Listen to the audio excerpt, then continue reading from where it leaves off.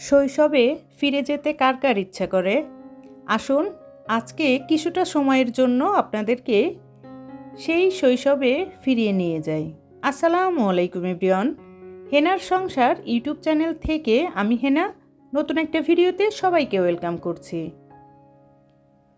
কেমন আছেন সবাই? কাছে দূরে যে যেখান থেকে বসে এই মুহূর্তে আমার ভিডিওটা ক্লিক করেছেন, আপনাদের সবাইকে বলবো ছোট্ট একটা লাইক দিয়ে আমার ভিডিওটা কন্টিনিউ করবেন, কারণ আপনার একটা লাইক আমার কাছে অনেক মূল্যবান। চলুন আমার সঙ্গে কিছুটা সময় শৈশব থেকে ঘুরে আসি। আচ্ছা, আজকে আমি আপনাদের সঙ্গে খুব মজার কিছু বিস্কুট শেয়ার করব, আর এগুলো কে কে খেয়েছেন আমাকে কিন্তু কমেন্টস করে জানাতে পারেন। আজকে আমি বাহিরে গিয়েছিলাম, আর বাহির থেকে আসার সময় এই যে বিস্কিটগুলো দেখছেন এগুলো কিন্তু নিয়ে এসেছি। অনেক ছোট থাকতে এই বিস্কিটগুলো খেয়েছি। আজকে হঠাৎ দোকানে পেয়ে গিয়েছিলাম, আর সঙ্গে সঙ্গে আমি কিন্তু নিয়ে এসেছি। পাইনাপেল যে বিস্কিটটা, তারপরে হচ্ছে এই যে নাবিস্কো গ্লুকোজ বিস্কিট, এলাচি বিস্কিট, বাটার কুকিজ, এই বিস্কিটগুলো দেখলেই কিন্তু সেই ছোট্টবেলায় চলে যেতে ইচ্ছা করে। আমার সঙ্গে সঙ্গে কি আপনারা শৈশবে ফিরে গিয়েছিলেন? এই যে বিস্কিটগুলো দেখেই কিন্তু আমার সেই ছোট্টবেলার কথা মনে পড়ে গিয়েছিল, আর যার কারণে স্মৃতিচারণ হিসেবে এই বিস্কিটগুলোকে আমি নিয়ে এসেছিলাম। সত্যি বাসায় সবাই দেখেই কিন্তু অবাক হয়ে গিয়েছিল। পুরনো জিনিস ঘুরে ফিরেই কিন্তু সামনে আসে, আর সেগুলোকে যখন চোখের সামনে দেখা যায় অনেক ভালো লাগা কাজ করে। যাই হোক, আজকে ভিডিওটা ছিল শুক্রবারের একটা ভিডিও। শুক্রবার মানেই কিন্তু স্পেশাল, আর আজকে আমি বাসায় সবাইকে খুব মজার একটা স্পেশাল খাবার রান্না করে খাইয়েছি। কি কি এনেছিলাম সেগুলো আর নাইবা বললাম। সসেস, চিকেন বল, বাটার, চিজ, এগুলো তো সবাই চেনেন। যাই হোক, এখন আসুন খুব মজার একটা খাবারের সঙ্গে আপনাদেরকে পরিচয় করিয়ে দেই। এই মাছটাকে তো আমরা মোটামুটি সকলেই চিনি, কই মাছ। কই মাছের কিন্তু অনেক ধরনের মজার খাবার হয়। আজকে আমি কই মাছের ভাপা রান্না করব, আমরা যেটাকে কই মাছ ভর্তা বলি। আমি কিন্তু একই সাইজের অনেকগুলো কই মাছ কিনে নিয়ে এসেছি। আর কই মাছ হোক বা যে কোনো মাছ, আমি বাসায় এনে এভাবে করে জালি দিয়ে ডলে ডলে তারপরে পরিষ্কার করি। আমার কাছে কারোর হাতের মাছ ধোয়া খেতে ভালো লাগে না। অনেকেই দেখেছি এমনি করেই ধুয়ে নেয়। আমি যে কোনো মাছ আনলে এভাবে করে ঘষে ঘষে অনেকটা সময় নিয়ে পরিষ্কার করি, তারপরে লবণ এবং লেবু দিয়ে অনেকটা সময় মেখে রেখে দিই, তারপরে ভালো করে ধুয়ে রান্না করি। তা না হলে না আমার মাছ খেতে ইচ্ছা করে না। একটা মাছ ধুতে আমার প্রায় 1 মিনিট সময় লেগেছিল। তারপরে অফ ক্যামেরাতে বাকি সবগুলো কিন্তু আমি ধুয়ে নিয়েছি। আর এখন কই মাছের ভর্তা তৈরি করার জন্য মশলা তৈরি করে নিচ্ছি। প্রথমেই আমি পেঁয়াজ দিয়েছি আর কাঁচামরিচ দিয়ে ব্লেন্ডারে কিন্তু আমি ব্লেন্ড করে নিয়েছি। কে কে কীভাবে খান আমাকে কিন্তু জানাতে পারেন। আমি যেভাবে রান্না করেছি সেটাই আপনাদের সঙ্গে শেয়ার করলাম।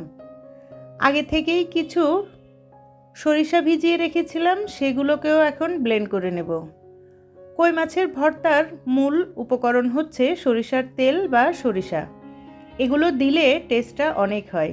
আমি এখানে রসুন বাটা, আদা বাটা সব কিছু দিয়ে একটা সুন্দর পেস্ট তৈরি করে নিয়েছি। আর এখন এগুলোকে দিয়ে আমি মাছগুলোকে মাখিয়ে কিছুক্ষণের জন্য রেখে দেব।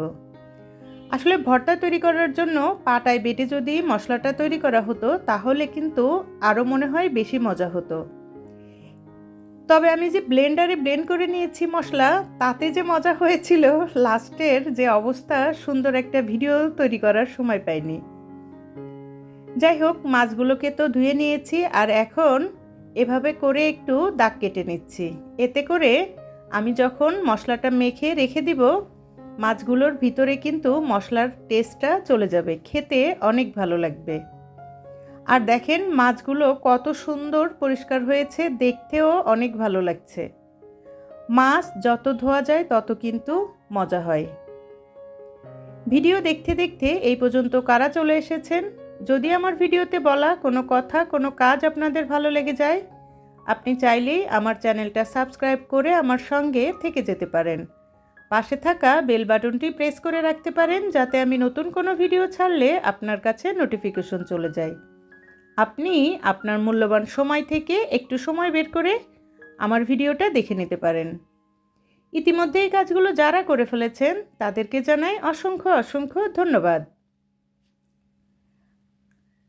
আমি এখন একটা মাটির পাত্র নিয়েছি আর মাছগুলোকে দিয়ে আগে থেকে তৈরি করে রাখা যে মশলা, সেই মশলাটা দিয়ে দিয়েছি। এখন দিচ্ছি পরিমাণ মতো লবণ, শুকনো মরিচের গুঁড়া, হলুদের গুঁড়া, মাছের মশলা, জিরের গুঁড়া। মোটামুটি যে ধরনের মশলা আছে আমি চেষ্টা করেছি সব কিছুই দেওয়ার জন্য। অনেকেই কিন্তু এই গুঁড়া মশলাগুলো ব্যবহার করে না, আমি যেভাবে করেছি সেটাই শেয়ার করেছি। আর সঙ্গে দিয়ে দিয়েছি একদম খাঁটি সরিষার তেল। এখন হচ্ছে মাখানোর পালা। এখন যত মাখাবো আমার ভর্তাটা কিন্তু তত বেশি মজা হবে। একদম নেড়ে চেড়ে অনেকটা সময় নিয়ে আমি মাছগুলোর সঙ্গে মশলাটা খুব সুন্দর করে মিশিয়ে নিয়েছি। আর সত্যি এই সময় সরিষার তেলের একটা ফ্লেভার আসছিল, আর হচ্ছে সরিষার একটা অন্য ধরনের ফ্লেভার আসছিল। আমি আজকে মাছগুলো ভর্তা করব এই লাউয়ের পাতার সঙ্গে। লাউয়ের পাতা দিয়ে যখন মাছগুলো পেঁচিয়ে আমি ভাপা দিব বা সিদ্ধ দিব, তখন কিন্তু এই লাউয়ের পাতাটাও সিদ্ধ হয়ে যাবে, সঙ্গে মাছটাও সিদ্ধ হয়ে যাবে। আর এই মশলাটার সঙ্গে এই লাউয়ের পাতা দিয়ে খেতে সত্যি অনেক মজা লাগে। যারা এখনও খাননি, আজকে আমার এই রান্নাটা দেখে খুব মজার কই মাছের ভর্তা তৈরি করে খেতে পারেন। অনেকে এটাকে ভাপা বলে বা পাতুরি বলে, আমরা যেটা বলি সেটাই আপনাদের সঙ্গে শেয়ার করলাম। একে একে আমি প্রতিটা মাছ একটা একটা লাউয়ের শাক দিয়ে পেঁচিয়ে নিচ্ছি। আর এভাবে করে একটা টিফিন বক্সে করে আমি কিন্তু মাছগুলো ভাপায় বসিয়ে দেব।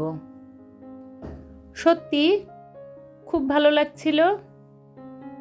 আমার ভিডিওতে যারা নতুন আমার সঙ্গে যুক্ত হয়েছেন, আপনাদের সবাইকে অসংখ্য ধন্যবাদ। আমি কিন্তু নির্দিষ্ট সময় পার হওয়ার পরে আপনাদের পরিবারে গিয়ে আপনাদেরকে বন্ধু করে আসছি। আপনাদের সবার কাছে একটা অনুরোধ, কেউই হচ্ছে এমন কোনো কমেন্টস করবেন না যেটার জন্য আপনার বা আমার দুজনেরই সমস্যা হবে। যাই হোক, এখন কিন্তু একে একে সব মাছগুলো দিয়ে আমি পুরো টিফিন বক্সটা ভরে নিয়েছি।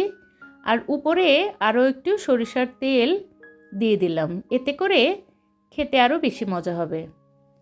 আগে থেকেই পানি ফুটিয়ে নিয়েছিলাম, আর সেখানে টিফিন বাটিটা বসিয়ে ঢেকে ঢাকনাটার মুখটা বন্ধ করে দিয়েছি, যাতে খুব দ্রুত মাছটা সিদ্ধ হয়ে যায়।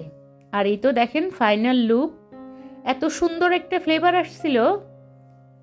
আর ইতিমধ্যেই কিন্তু আমার মাছটা রান্না করা হয়ে গিয়েছে, সবাই তো খাওয়ার জন্য হুরুস তুরুস অবস্থা। আর এই তো দেখেন সবার আগেই মাকে খেতে দিয়েছি, সবাই কিন্তু একসঙ্গেই খেয়েছি।